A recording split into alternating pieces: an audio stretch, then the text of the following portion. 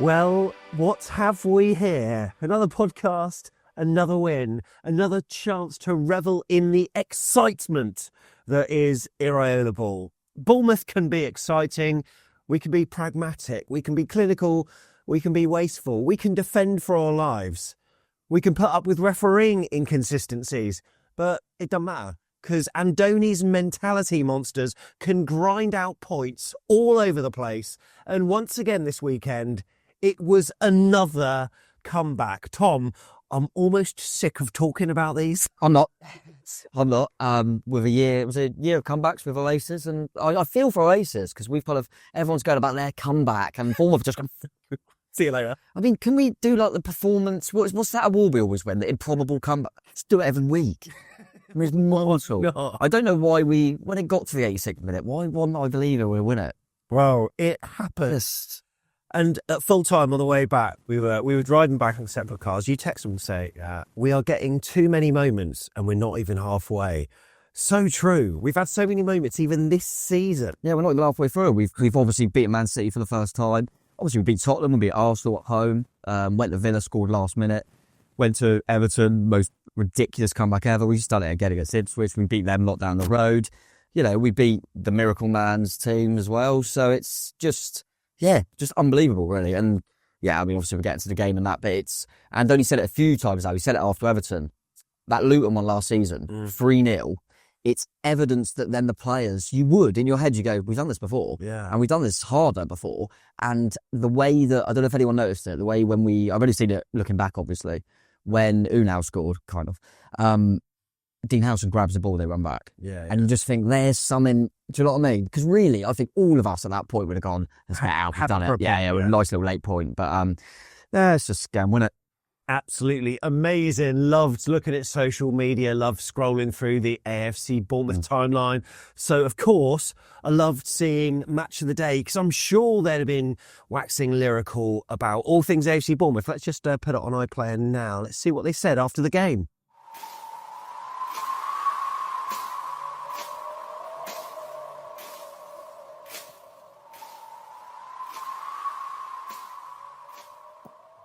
That was good. Not even a mention. I've literally been, don't get me wrong, most of the time I'm not home for Match of the Day because away games normally are late, obviously it's 2 o'clock. And usually you're rolling in about, one minute. And I normally just, I'm not normally home for Match of the Day and I'm not waking up for the morning one. So I rarely watch Match of the Day, and then obviously because it was 2 o'clock game, I was back, well in time for it. I thought, this would be good, watch the other games. And to be fair, we were on like third, I thought, and they're bound to put Arsenal before us, they didn't, so I thought, that's good. And not one name, so I thought, this is why I don't ever care anymore. Because nowadays you can see all the highlights anyway, can't you? Yeah. Without the punditry and without the analysis. But I thought, actually, that's going to be really interesting to see if they talk about another comeback and why the Bournemouth keep doing this. They literally spoke about Ipswich, kind of how they've done this a few times by taking the lead and then just moved on to the next game. It's mad because if we were Forest, and look, Forest are a point above us, Forest have had so much more media than we have. But I suppose they're a big club, of course, they're going to feed into their stats and viewing figures. Little old Bournemouth won't really do that. And I do find it a shame, but in a way I quite like it because we're flying under the radar. Yeah, no, I don't mind that. Still no one's talking about us. We're 7th. Yeah, I don't mind that at all. And everyone was quite quick to go, oh no, when everyone was talking about Semenyo. Yeah. Oh no, we need people to forget about Semenyo. So, you got him, but it was just frustrating, but ultimately it doesn't matter, and it's good to be under the radar. It's just really interesting that the guys that were on spoke, and obviously the way they normally talk on Match of the Day, they actually spoke quite a lot about our decision to hire Iraola. So it's weird that they've decided not to kind of mention him now. Maybe the shackles are off when the Match of the Day pundits do the Rest is Football pod, because apparently, I haven't heard it myself, but last week they were very complimentary, and I'm sure this week they'll be mentioning our names again. It's almost like they're told what to say by the BBC or which fans to try to repeat what. I don't know if you noticed this, I think, it was. They, when they have like the little bit like Soccer Saturday, and someone like watching the game and they report in. I think it was Danny Mills. Yeah, okay. Doing our game. One, he looked gutted when we scored at the end, but that might just be me reading too much into it. But it's just interesting little things like Ouattara is not hard to pronounce, is it? Ouattara. Yeah. And I'm not being horrible, but he couldn't pronounce it because I think he thinks, I've never really heard him. That's because he's never had to say his name before, has he? So he said Uatara, Yeah, or something like that. But he didn't quite know what he was saying because I think they all think, and he never once said Billin played the ball because I think he's thinking, I don't know who that is. Well, apparently on the actual World Feed commentary, he kept on getting Semenyo and Ouattara mixed up. And at one point he said, Semenyo passes to, can't remember, back to Semenyo. And he actually used those words, can't remember. Like, are you joking? It's weird to have so little knowledge of a team down for Europe. Well, that's it. And look, you'd think if a pundit's been asked to cover a particular team, he would watch that video that we talked about earlier in the season where players just pronounce their own names. But no, not the case. Little old Bournemouth overlooked somewhat. Wow.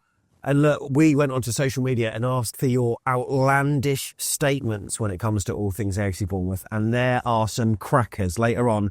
We're going to go through them, including maybe our own conversations about Iraola and Eddie Howe. Look, you've come all this way and not seen the league table yet. Let's look at it now. AFC Bournemouth, I keep on saying 7th, joint 7th. We're 8th. However, thanks, Leicester. We are closing that gap, mate. We are. Yeah, big thanks to Leicester for that last goal against Brighton because that helped us out. Yeah, that's not bad, is it? Not bad. Yeah, 1 point off 5th. Technically, I mean, very likely we could be above Man City this time next week. Not this time, but we've got Monday night game. But I think if they lose by 2 to United and we win or whatever, but to even be in that conversation is mad. What's really weird, and I know they won't be offended by it, Forest fans, but if you had said to me at the start of the season, you're getting towards Christmas, you're a point behind Forest, I'll go, oh God, we're in trouble. And then you go with 3 points off City, I would bloody take that. Yeah. This is both. I mean, and it's weird, isn't it? I mean, obviously we're delighted, but it does feel a little bit typical that, like, when we're having this time, it's like, oh, so are Forest, so are Brentford, so are Fulham. But I suppose that's the way the league is at the moment. And nice to see Man U, Newcastle and Tottenham scrapping it out for that 11th spot as well. That's always good fun. I wonder if other teams, maybe fans, are going to talk about Bournemouth being the blueprint at some point soon. Because they might be, because we're certainly referring to Brighton in that way. What about the other South Coast side? Yeah, they're not doing too well there. I think they've got, I think Derby had a better record. You know that record points total when they went down? They actually had a better record at this point than Southampton. So that's good fun. But you keep doing it, Russell, baby. Scary. I've got a request, by the way. You got a request? I want to feel that bass. You telling me that you want me to put on the Bayside track? Get the Bayside track. Everyone's going, where's the Bayside? Get it Here we go. Let's have a look. Look, mate. We are top the league. Plus 15. We're clear. We are clear. That is insane, isn't it? Plus 15. Villa are still in 4th. Lowly Villa. Newcastle United 3rd. Brighton Hove Albion in 2nd. Wow, that is absolutely super. That indicates that you're having a pretty good season, and I think we can all agree we are having that. Ipswich Town, I mean, they've been dropping points a lot at home. From winning positions as well. Yeah, and when you drop points at home, you're going to be at the base of that baseline tracker. It is, it's so hard for Ipswich, but I can't get past the comparisons with Luton. Someone mentioned it on fan cams. I've mentioned it. You've mentioned it. I think plenty of others have. It reeks of Luton. Yeah, and I even said to you before we started that it also reminds me a little bit of when we first came to the Premier League for the first time ever, where they're so rightly so, they're so proud of their players and the fact that they've had players, in the lower leagues like League One. I think Chaplin, who actually scored, has scored in every league now. And fair play. Yeah, done a little Mark Hugh or whatever you want to call it. But he, so rightly so, they're proud of the players and they work their socks off and they seem to be in most games. I think we said that before. And I get all that, but it's too many. They're the most in the league from losing from winning positions, and I just wonder if they'll be like Luton. We actually managed to stay up in that first season, but they're so proud of them that they're like, as long as we're competing. But at the end of the season, if they would go down by like a point or two, they might go, oh, what if? Like, it's a good opportunity because I think, they're not cut adrift, and joking aside, but they are looking a lot more competitive than Southampton. And you did say, which you reminded me of earlier, that they have come up 2 divisions very quickly, which I completely forgot about. Yeah, they're well overachieving. The problem, and I said it's a problem that shouldn't be, you kind of said it earlier as well, is so Leicester have suddenly got, because they've had like a bit of a manager bounce, and I don't think they should get rid of McKenna. Yeah. So, but that, they won't get the bounce, a bit like Edwards didn't, but Luton, but I don't know. I'm definitely not ruling Ipswich out. I think just from that performance alone, when, we have had some unbelievable results. They made it. What the difference in that game to the Leicester game was just that we finished 2 at the end. We lost 1-0 to Leicester. There wasn't. I thought they were actually probably had a bit more about them than Leicester, in our experience. I do, don't think they were that bad. I think, if you remember how many times they nearly caught us, but Zabali, who we'll come on to, kept stopping them, and Kepa made a few decent saves. They have something, I think, and for the majority, they were quite stern defensively. They just got done at the end, mate. I think it wasn't a game of 2 halves, but they were a game of sort of 2 distinct periods where at the start of the game, they did pretty well for the first 25 minutes. And it was almost like as soon as that second goal, the disallowed one, was ruled out, it's almost like the mentality changed. Yeah. And we slowly kind of ground our way into the game. We didn't take it to them straight away, but we had to do some different things, of course, formation-wise, which we'll come on to. But after that, I can't really remember them threatening too much. It's difficult because they had something to hang on to. But I think we'll obviously talk about our substitutions in the game. I also think, I've seen a few Ipswich fans say it, I don't know if there's any watching that agree, that maybe their subs also made them work. That didn't help them. It felt like they looked worse when they made their changes as well. And you'll see that on the timeline, that they seem to drop a little bit. And I wonder if it's one of them things where when you're winning and hanging on, especially when you haven't registered your first home win of the season, I think that must play into it. It must be easy to think, right, bring on some fresh legs. But if you're in a really disciplined, organised formation, stopping the other team, to then change too much might mean you lose a bit for a few minutes. And I don't know, I felt that they looked a little bit weaker when they took a few of the players off. But I think they'll be in with a fighting chance right to the end. I really do. They must be admiring the mentality of Andoni Iraola, like we all are. We've talked about Pep and his mentality monsters when we used to do the Premier League show. We talked about Jurgen Klopp as well.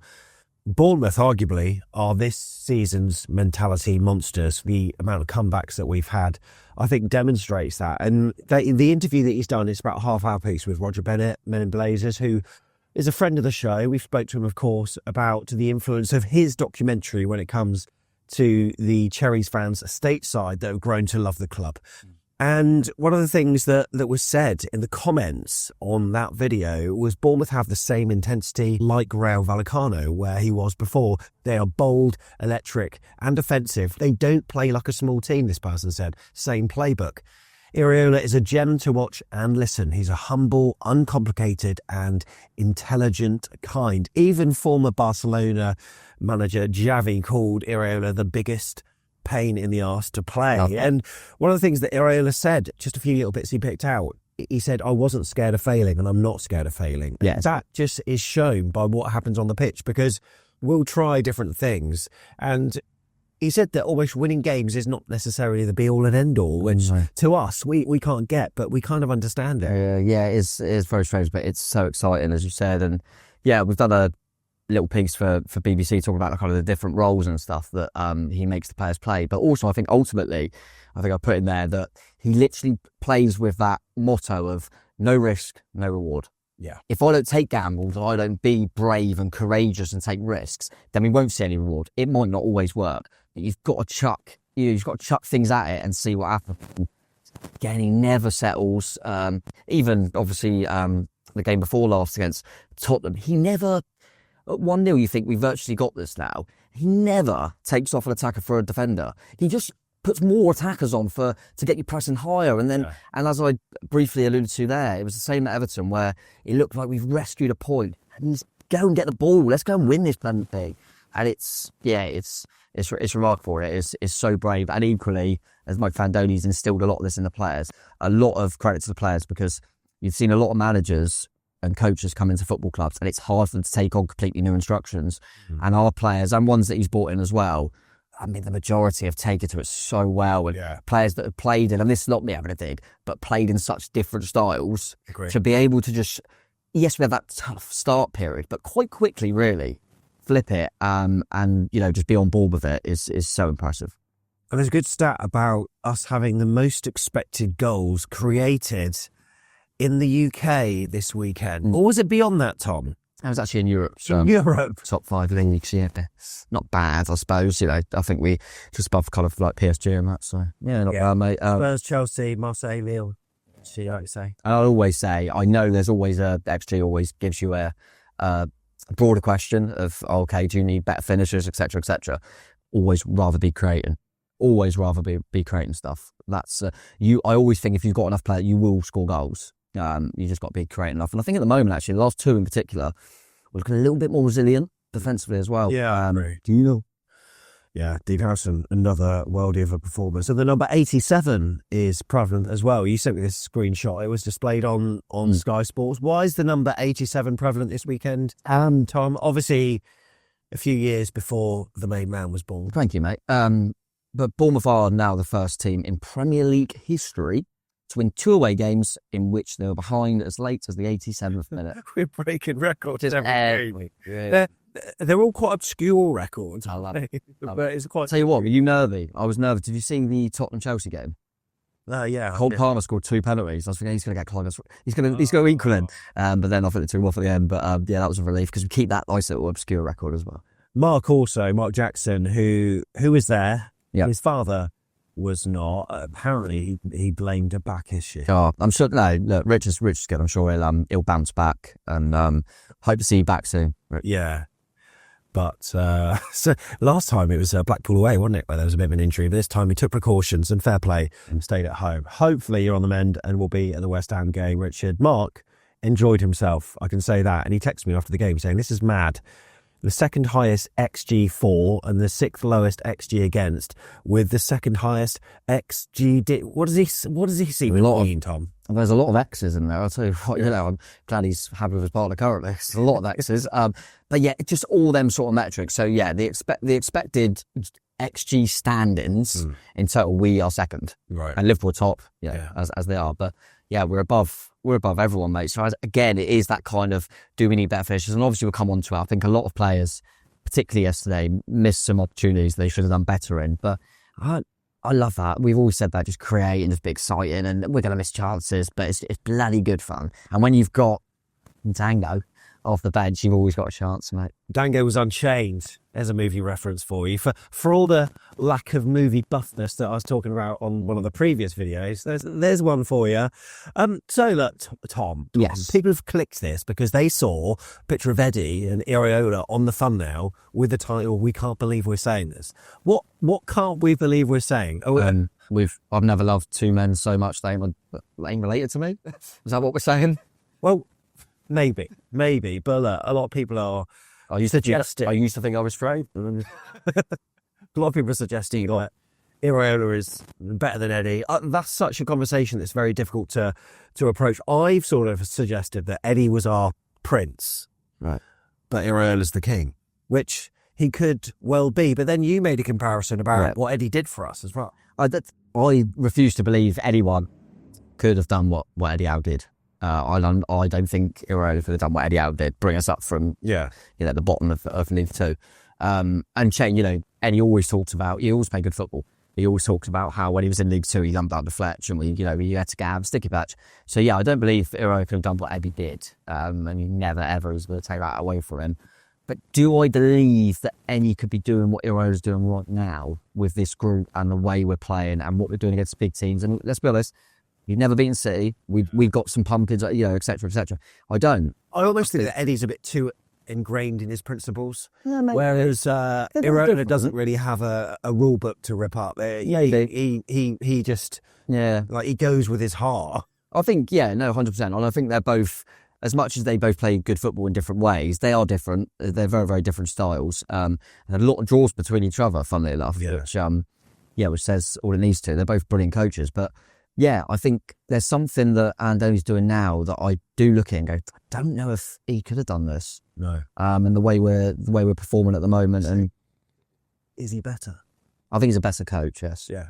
I was trying to look at it and go, he's not better at them.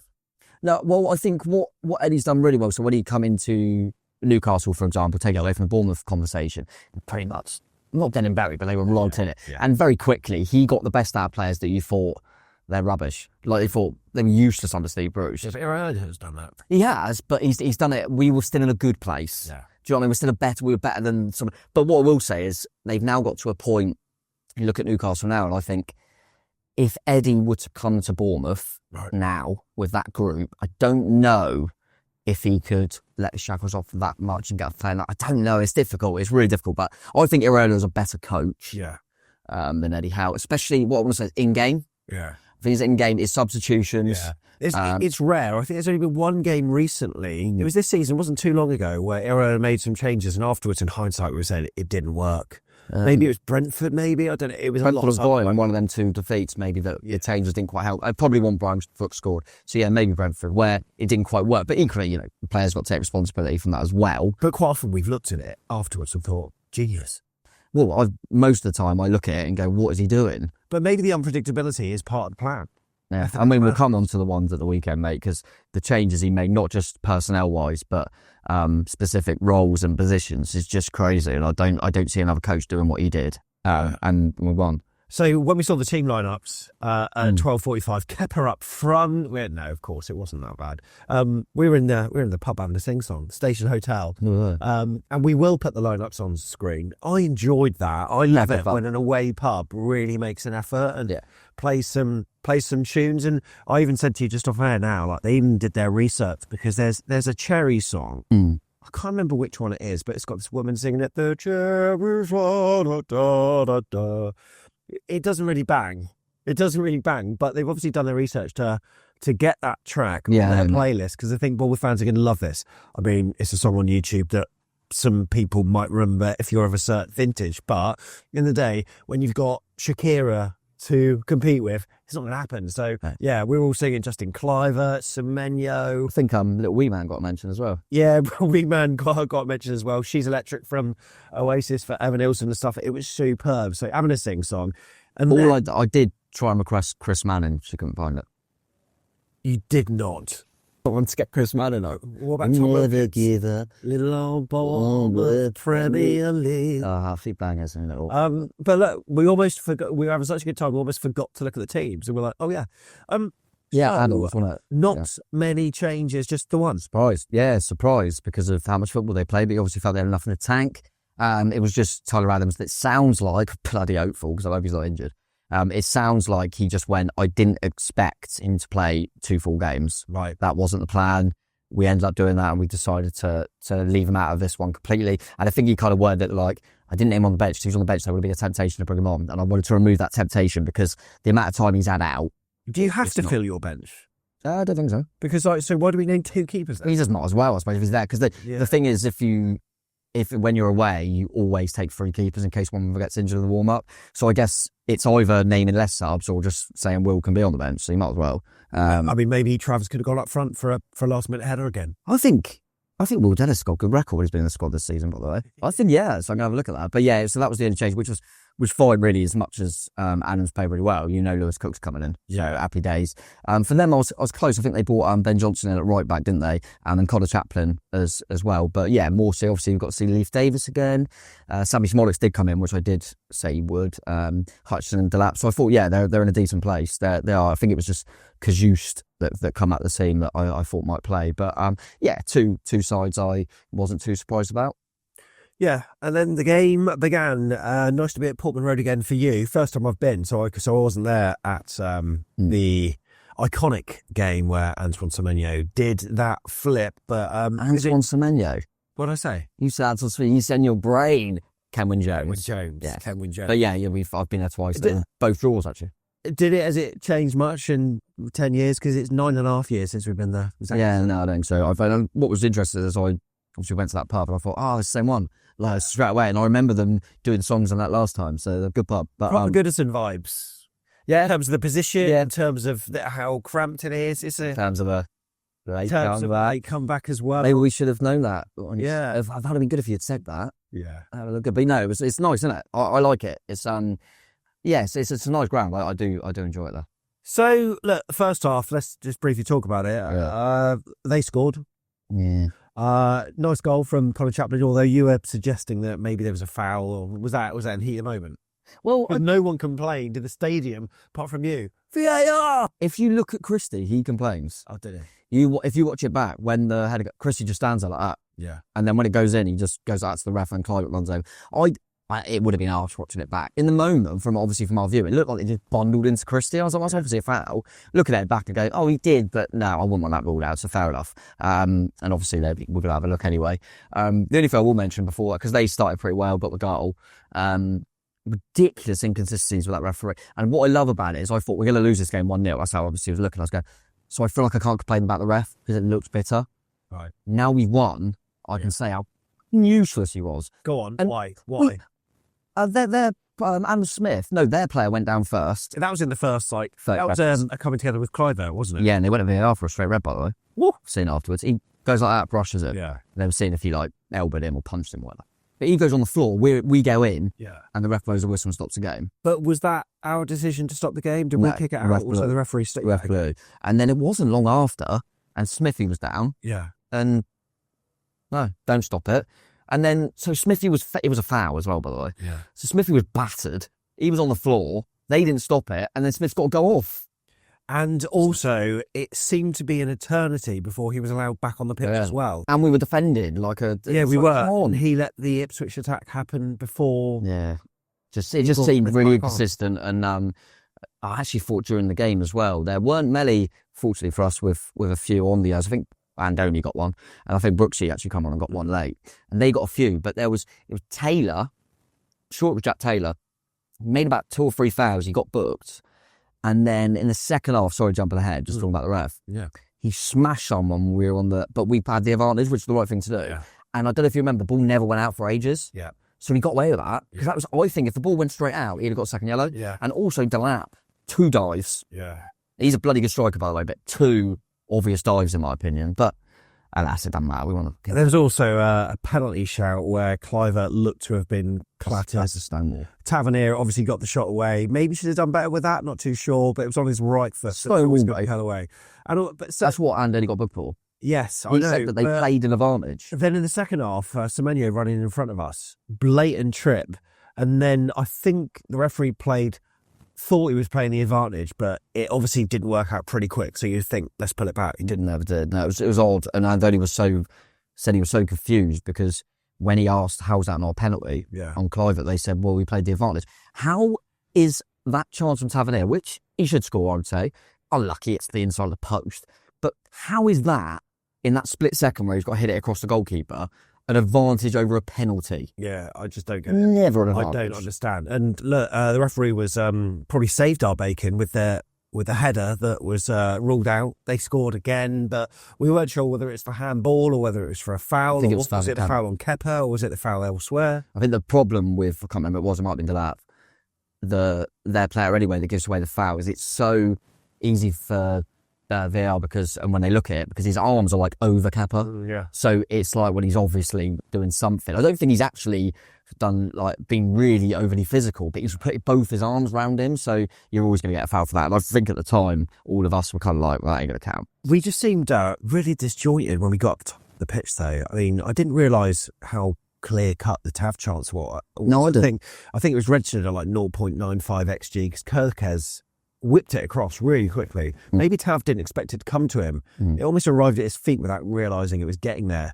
And he got a touch on it. But it's not just Tav. I mean, it was less of an easy chance, but in the second half, Cliver miskicked it at one point. He had a few, actually. Tav as well was running through on goal. This was sort of towards the end of the half where he should have played, I think, Evan Nilsson that was alongside him. His pass was poor. Yeah. It seemed to be that everything was just so disjointed. It's quite nice that we can talk about this after a win. Yeah. Even still, it's that kind of clinicality. Yes, we know it's not a word. Sometimes we have it, but often we don't. Yeah, I felt like the 3 that were behind Evan Nilsson just struggled with that final bit for whatever reason. Semenyo included, I think. Semenyo, Tav and Clivert were energetic as always, causing problems as always, getting in behind as always. That final decision always felt like it was wrong until right at the end when Semenyo obviously plays at the brilliant. But yeah, Clive had a few, Tav had a few, and Semenyo had a few. One of the things you're just thinking, it's just not happening again. There's been a few of them lately. I mean, Semenyo's obviously having a great season, and Clivert's recently got a hat-trick. But for Tav in particular, it just feels like it's happening at the moment where it's not quite coming off for him. When he's the one for confidence, probably could do with one just sitting in and going in. What I will say is, I was cutted from the one that he hit the post of that open goal kind of thing. Yeah. Because if you actually go back in that move, he's the one that starts it. Yeah. He plays an unbelievable crossfield ball. And you think he's only ever going to be remembered for missing, but that chance probably wouldn't have happened if it wasn't for him either. Yeah. Plays an unbelievable ball and then he makes the run. I suppose we should talk about a little bit about Tav because there's a few people online that obviously are saying what they're saying about Tav. Boring, huh? What? Boring. So boring. I mean, how can you in one breath say Iraola's like the best thing ever, which he is, by the way, and then the next breath just continually say how bad Tavernier is? Well, he literally, there's barely anyone he plays more. Yeah. Like, he very, very rarely when he rests Tav or drop Tav, a bit like Sabani. I mean, he's Tav's up there and one of his most relied on players. And when we make them changes in the front areas, he normally just goes in the midfield. I get the impression that some fans would rather be right than us win. But we're actually winning. They still want to have it. Look, I think one of the questions that Roger Bennett asked Andoni Iraola, and you should watch this video, it's about 24 minutes in. Roger Bennett asks him, what's the one thing that football fans do not understand about the tactical flow of football? And Iraola says something along the lines of, sometimes they love the player who is offensive because that obviously is very good for them to watch. But sometimes those players make us weaker in other ways. We have to balance everything. Andoni goes on to say, I don't judge by the numbers. If the team is playing well when you're on the pitch, then you've got more chances to play. 100%. Tavernier's played, it feels like, every minute over the last 3 games. I don't know exactly how many. Therefore, we're winning games. I think a prime example is a lot of people will say, and I get why they'd say it, Dango should start the next game. Dango has never been as good when he starts and when he comes on, in my opinion. Dango is so good as an impact sub because of the way he is as a player. Yeah. Tav, and equally, Tav would never be as good coming off the bench. They're completely different players. And I think Kohe did a good job when he came he did, Villa, didn't he? They talk about the finishers nowadays, don't they? Because Andoni keeps saying it about how I always make the changes, not necessarily the best team, blah blah blah. Yeah. And Dango was a perfect finisher in terms of ending the game. I've always said it. I've obviously been injured for a while. I've always said it. That quote that Andoni said there with Roger Bennett was it made me think of Cini, for example. He's been out for a while, which is a shame. But people often wanted Sinistera over Tav, for example. But Sinistera, I can guarantee in all the other metrics, would not do as much for the team as Tav. No, that's right. Yeah. But he is better on the eye. He's miles better on the eye because he's skillfuler. He's skillfuler. He's a better finisher. Yeah. There's loads of things like that. But what Tav does always goes under the radar because he misses a few chances. And hopefully, I think he's been here, 2.5 seasons, 3rd season. So he's been here, 2.5 seasons. And I think he's got, give or take, about 10 goals. Yeah. So he'd like to probably get their numbers up a little bit as well. Remember, under O'Neill, he did play wing-back a lot. But I think he's probably got nearly double that in assists. I mean, it's not ideal, but it's not bad. I'm still confident he'll get a few goals this season, and he'll produce in many ways. I mean, he's still got assists like 2 games ago, so he'll be fine. But I would rather, personally, Dango Ouattara coming off the bench and Tavernier starting than the other way around. Yeah, and I don't think it matters who's named in the start. Like, doesn't mean you've been dropped. It's just what he's done this all the time. He's not dropped. I don't understand why anyone would choose to concentrate on that though. When we've just won and we're on the best. Because everyone does that. Yeah, enjoy the moment. Yeah, definitely. Don't necessarily push the agenda because it doesn't look good. So I think Tav's got 4 assists this season. Has he? Not bad. Which in bad. Anyway, look, let's talk about the second half. And 63 minutes gone. Ouattara and Unal on for Cliver and Adam Smith. Then another 10 minutes later, Philip Billing and David Brooks come on. Making way was Evan Nilsson and Marcus Tavernier. Ipswich made a few of their own changes as well. Ipswich didn't feel like they posed that much of a threat. I remember Kepa making one very good save. Yeah. But we were getting in some really nice spots, but we just weren't clinical. I remember Cook blazing over the bar. Yeah. There were half chances galore. Yeah. Semenyo pulled it wide. There were so many that we can mention. Yeah. We just in the final third, in the 6-yard box, in the 18-yard box, we just shit ourselves a little bit for some reason. I don't know why. Yeah, it was weird. It was almost like we were trying so hard to be have that aggression and be paved in all that kind of good stuff that then when it got down to making the decision, we were just like fall over each other and just block it. It was all over the place. But what I will say is obviously easy in hindsight, but Andoni's alluded to it as well. I think it was a game where maybe you needed a bit of calm. Yeah. Remember I said in the preview beforehand that I felt this could be a game that will miss Alex Scott because it's a player that when they play quite low in a deep block, where you just want a few players to just I know we like all this pace and stuff, but you just want some players to go, calm down, let's make a pass. Brooks done that, Billing done that. And them two players just move the ball better when they come on, and you see that with both goals. And let's talk about the goals then, because wow, Harry Wilson. And look, Dango Ouattara, instant impact. In terms of what he was doing on the left flank, he's just got that unpredictability. You don't know whether his cross is going to be brilliant. You don't know whether it's going to be awful. You don't know whether he's going to cut inside or just run to the byline. He put in a lovely cross, although more Muric. What's he doing trying to get that? What I will say is I think we've made comparisons to Luton. That Kaminsky was unbelievable for Luton. I'll say this. I'm not being horrible, but I felt he looked shaky all game. There was a few he kicked straight to us. Yeah. He didn't look like a top goalkeeper, I've got to say. And his decision to come out was ridiculous. It was. But Dango done well, and Unal won that absolutely bullet header. He sort of misjudged where the ball was going to go because it was almost behind him a little bit. So he had to put his head back. So his header would have never gone in, I don't think. No, I don't think so. And it came off the defender and went in. It's gone down as a Unal goal. It was on target, it was. Was it? Yeah, it was. Just about. But I'm really chuffed for him because it was right place, right time. Maybe not the execution that he'd have wanted, but he was a difference maker. So well done, Dango. Rewind. Preview. What? Little preview. Remember the preview? Go on, what? I'm going to wear this Turkish team's shirt because I'm going to back Unal. Unal's come off the bench to school. So you're welcome, Unal. But you said 1-1 though. Yeah, 1-1 Unal last. That was unlucky, wasn't it? That's it, we won that. But no, to be fair, we've said for ages we just need something to hit him and go in. So it was that type of goal. So you never know now. And Andoni said afterwards he was buzzing for him because he just needs that for confidence. So I'm really, really pleased for him. It felt a bit Everton-like, didn't it? Because when we'd equalised, obviously that was 2-2 in that one. We then spurned a couple of chances, and those were chances that were, gilt-edged. But then we turned up at the right time, and Phil Bill, to his credit, he had a shot which went over the bar before that where he led back a little bit too much and we were all cursing in the stands. We weren't cursing it, but we were voicing our frustrations, of course. But then he was really good. Him and Brooks combined, moving the ball well. Semenyo, he makes the sort of overlapping runs. Semenyo looks like he could be cutting in on his left, doesn't. Almost reminded me a little bit of what we did against Liverpool. Lerma. I can't remember. Jefferson Lerma. Yeah. We did the overlap. Callum Wilson, was it? Yeah. Similar move to that, but I think it found Brooksy when Billing pulled it back. I wondered whether he was going to just smash it across goal, but he didn't. He sort of opened up his body, found Brooks, who shot, saved, ball falls to Dango. Let's face it, in the last match, every single thing he touched went over the bar.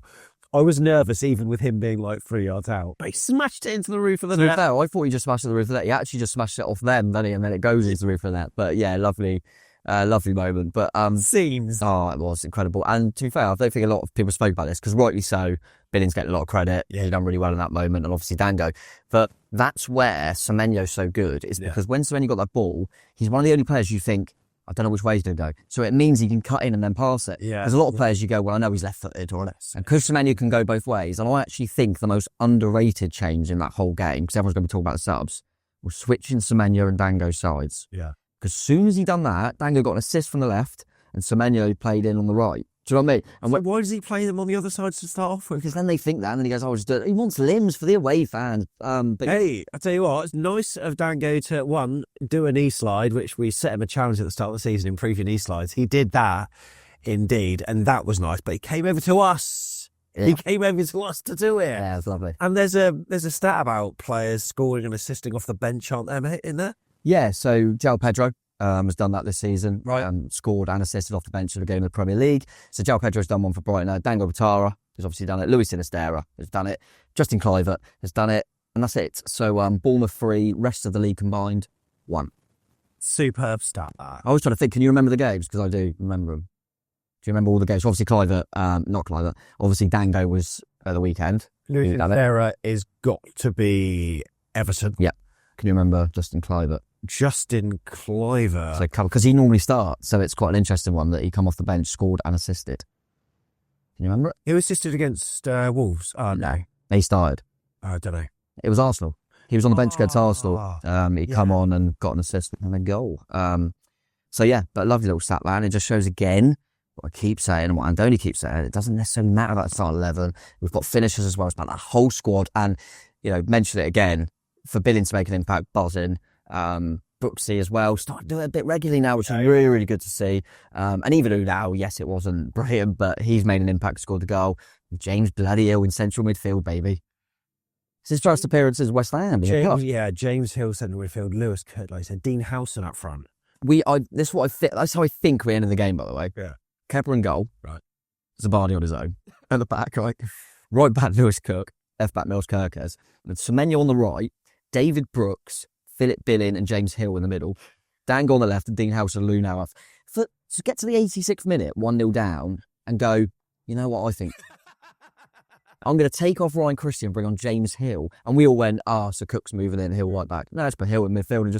And it just proves that he's gone, it doesn't matter, I just need more energy. And Chris has lost his energy. James just run on there and run about. And he did that perfectly, didn't he? He did really well. Looking at the man of the match and racing, Zabani, I mean, he was 8.3, head and shoulders above everyone else. Dango Ouattara there, we can see 7.1 if we click off screen there. But look, 8.3. I mean, Zabani We got to talk about him. He was absolutely insane. And the thing is, a lot of the time when you do that, the way we played for large parts of the second half, you normally either get your late goal or 2 late goals, because you've put on so much pressure, you end up scoring. Yeah. Or they go and kill you with a sucker punch because you're going for it so much. They couldn't. Every time they broke, Zamani just won it. And then the tackle he actually makes for the winner, he blocks it and then slides in a maze. He was colossal all game. And you got some ridiculous stats about this, didn't you? 82% pass accuracy. He was on for the whole game, by the way. He created a big chance as well from the defence. 100% dribble success rate. He went on a few little runs, didn't he, Zava? How many times do you reckon he was dispossessed in the game? I don't know, maybe a couple. 0. Right. 86% tackles won. How many times do you reckon he was dribbled past them? I'll give him 1. 0. Right. 5 clearances, 4 blocks, and 91% of his ground duels he won. He was honestly and he's getting to a point now where I'm going, there's not many better centre-halves. There's not many better. At his age, he is unbelievable. He is unbelievable. Right, your outlandish opinions are coming up just before we have a look at the outlandish. And I'm trying to think of one in there, actually, so I can get one. No, the outlandish. Yeah, okay. I mean, I'll try to think of my own. But look, I mean, hotspot for Ipswich was in their own goal mouth at times, and that's pretty much how it was, but we were all over them. Check out our heat map. We were everywhere, and that left side was particularly effective. Dango, of course, was a big, big part of that. Right then, let's have a look on Twitter and let's see what people are saying. Are you ready to hear what people say? Colin says, Billing deserves a start. Made instant impacts versus Spurs and Ipswich. Do you want me to... Should I just repeat myself? I get it, and he made good impacts in both games. Yeah. So he made good impacts. So keep letting him make impacts. He's still starting. But that's what Andoni keeps saying. And Heather says Philip is still one of our best players. Depends how you look at it. If you're talking about technical ability, I agree. If you're talking about the way Andoni plays, absolutely not. He's not one of our best players in Andoni's system. Otherwise he'd bloody play, wouldn't he? Fair play. Loggy says, not particularly outlandish, but I think Iraola might just be the most humble coach in the league. He always puts the praise on the players, not himself, and admits when we get lucky. He does, doesn't he? Yeah, he does. He does do that. Yeah, absolutely. Yeah. Aaron K, surely it is shooting and finishing practice in training, rinse and repeat. If we could finish more of our chances, we would genuinely be top 6 contenders. Our XG proves that. Top 6, he says. Really? If we could finish the chances, we'd be going for a bloody title, mate. Yeah. Yeah, hopefully we get there. But yeah, I get you. Obviously, you always do practice everything, but it's obviously completely different in game. But sometimes I do think because you would take something, because we're so, what's the way of saying it? So handbrake off the cuff, spontaneous, just aggressive, it's quite hard to then suddenly be composed. Yeah. And I do think that plays a part, but I think we'll start scoring more goals. The Cherry supporter says Kirkes is our most important player. He pushes forward, creates opportunities, is always ready to attack. And also, by the way, is a really good defender and buys time for the rest of the squad to race back by pushing opposing attackers wide. Yeah, I think ultimately he's one of our most important because we ain't got a left back. But I do agree he's getting better and better. And what was noticeable yesterday, I don't know if you noticed it, when Dango scores, who's the one behind him who if Dango miskicks it? He's at the back. Yeah. We've only got 2 of them on the pitch. True. But he's always there, and he'd been on 90 minutes, so I thought he was good again. Sam Bish says, Iraola is a much better manager than Howe. Okay, we've spoken about this a little bit, but this bit, I want to ask you. He has a far higher ceiling and will go on to win trophies at the highest level. He will manage better than Eddie Howe, for sure. Right, okay. Interesting. Johnny, right, getting into Europe, as fun as it sounds, will probably ruin our Premier League that season due to the squad quality or lack of on the bench. A few injuries and we've had it.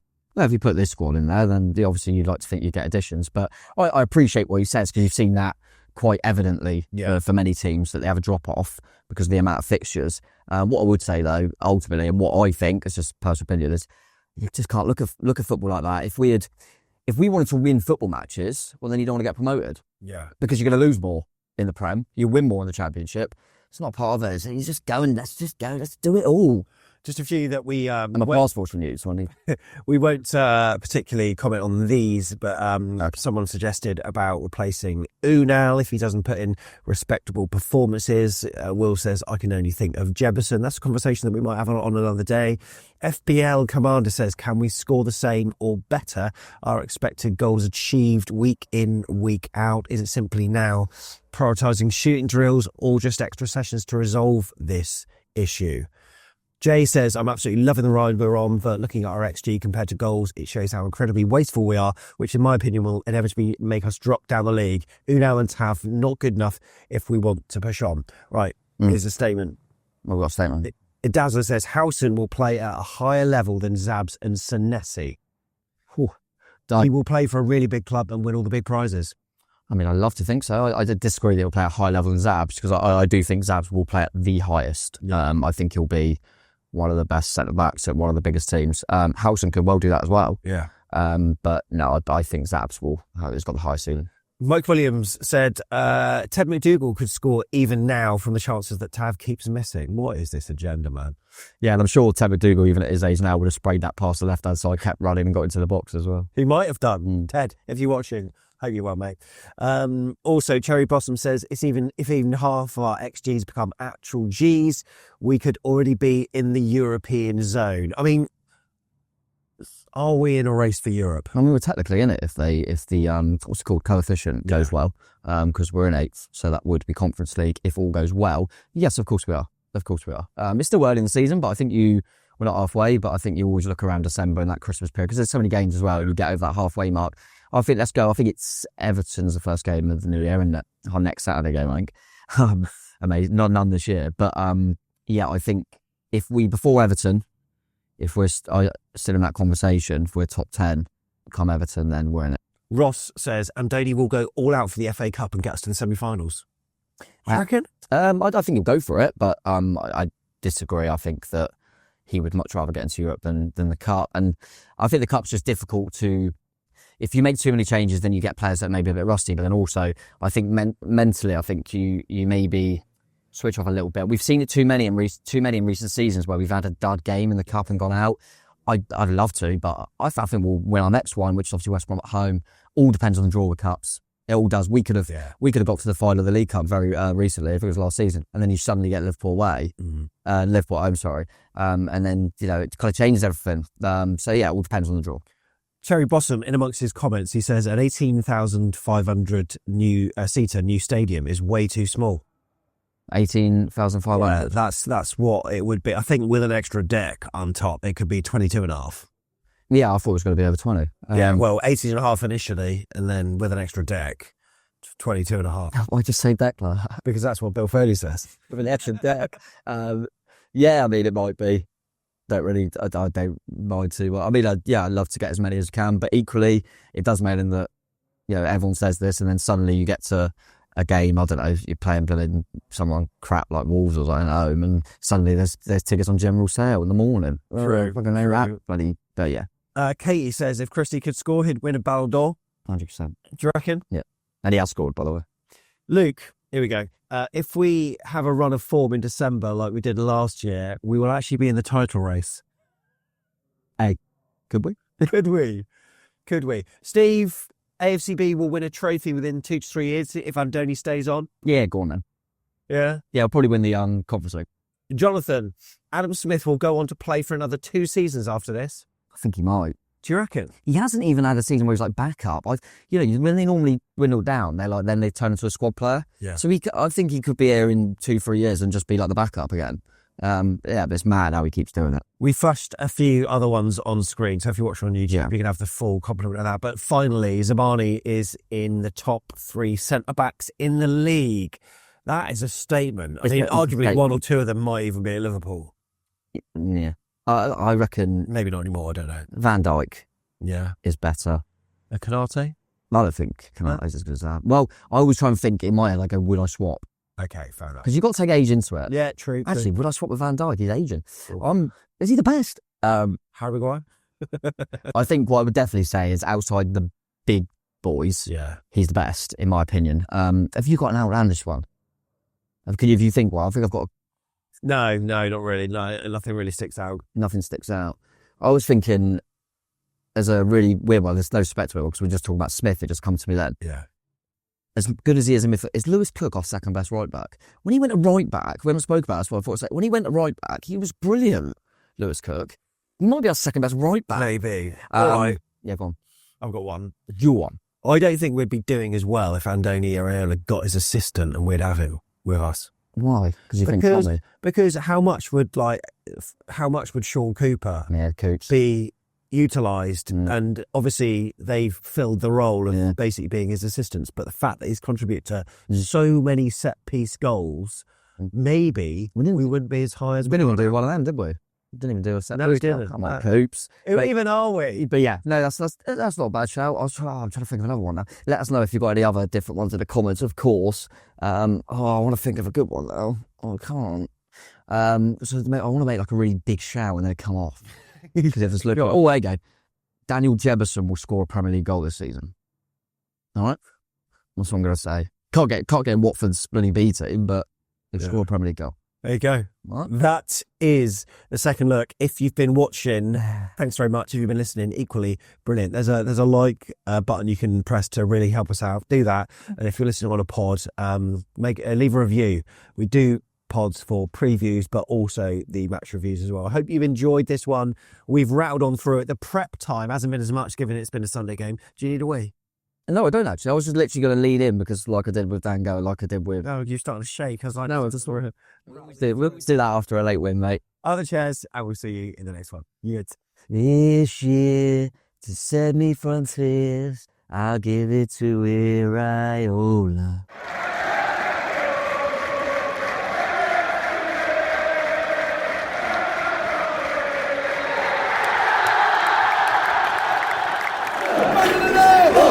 Back in the day!